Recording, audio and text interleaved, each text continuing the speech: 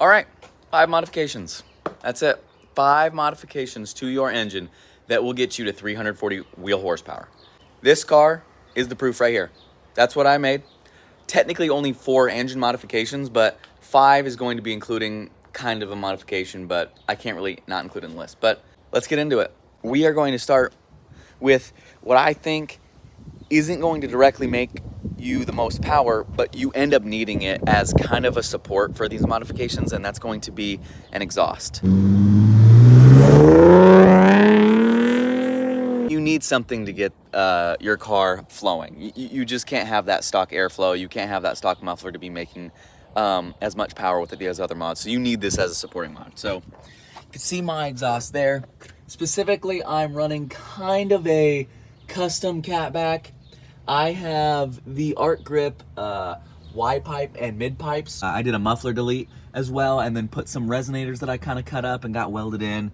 Arc Grip tips, but typically exhausts aren't going to be a huge power gain.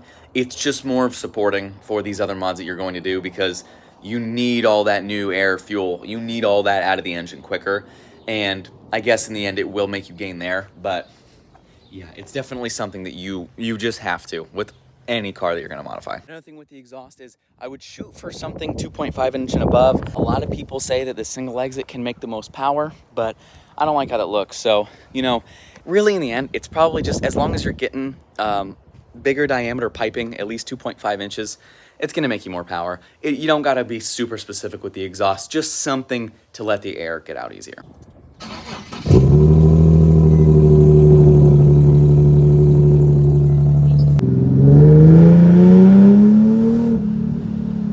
The second one on our list is going to be basically another part of the exhaust, but it's going to be something to remove the cats, whether that's test pipes, high flow cats, just straight piping it from there. You need to get rid of your cats, of course. They obstruct flow way too much. This one's probably a little more important than your exhaust, because even if you had the completely stock exhaust but did a cat delete, it would definitely help a lot more.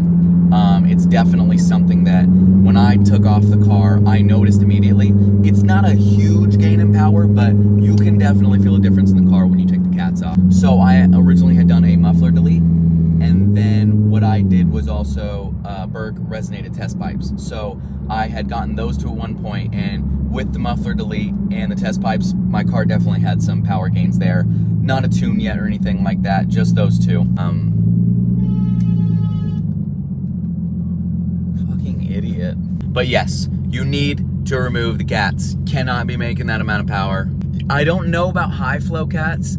You should be able to, it just should, but you know, I've got the test pipes. That's no obstruction in airflow. So definitely something like that. That's gonna be the second one you're gonna need to make that power.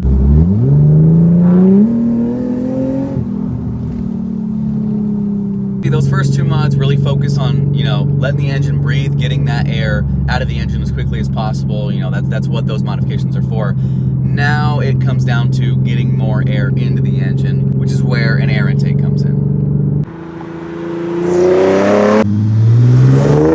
There is my air intake. So I am running Z1 Motorsports long tube air intake, and I am also running the 3-inch.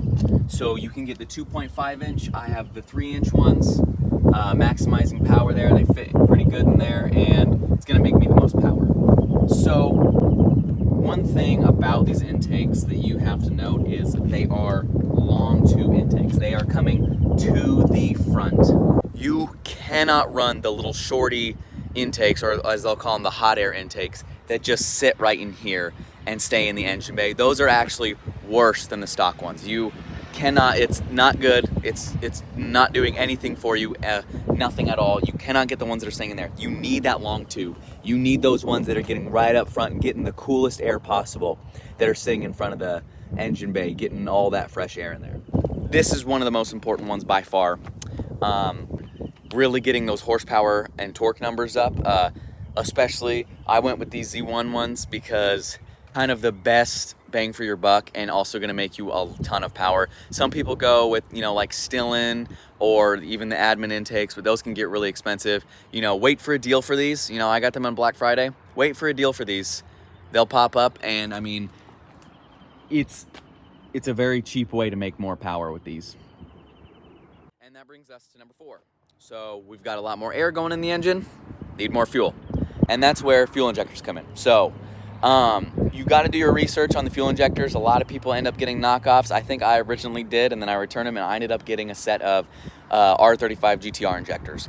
Typically, that tends to be the go-to. If you're staying NA and you're not planning on going crazy, like turboing it or anything, supercharging it, you can get away with the GTR injectors. They're 550cc, and that lets you run another thing, which is E85. So with my car, with my fuel injectors, I'm running E85. Definitely helps me boost to that 340. You cannot really run E85 on stock injectors.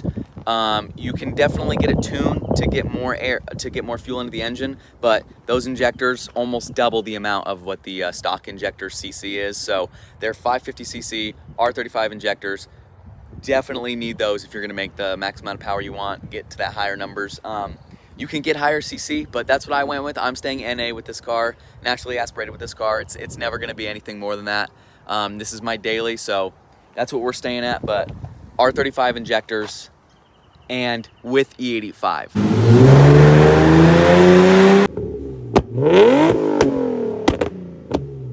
Now, the reason I can run E85 comes to number 5 right here, which isn't technically a modification, but I guess it is. It's just nothing physical, and that's a tune.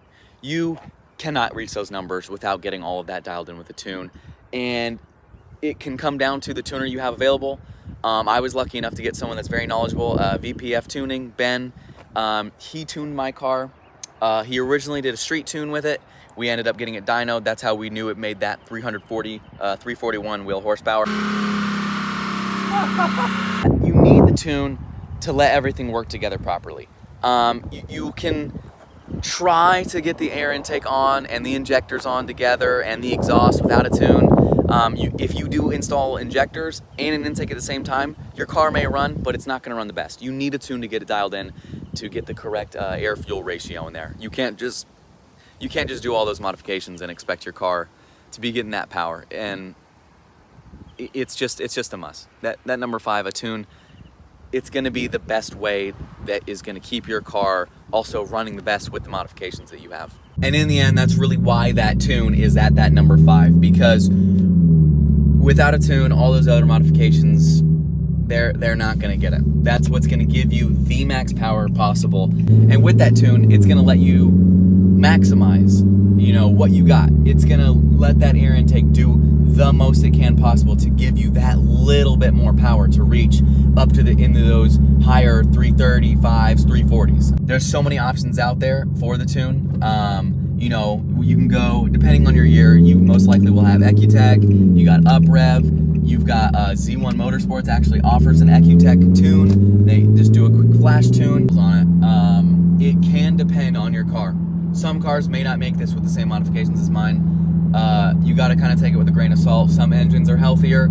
I'm fortunate enough that my engine, especially at 130,000 miles, is extremely healthy to be making those numbers. If your engine isn't healthy enough, it's not going to be able to make those numbers. The compression is just not going to be on its side. So, I can't guarantee that if you do those modifications, you're going to make the same exact amount of power. That's just what it comes down to. That comes down to, kind of the luck of the draw with what you're given with your car, which is why I always suggest that if you're considering buying a G37, buy one that isn't beat up. Buy one unmodified.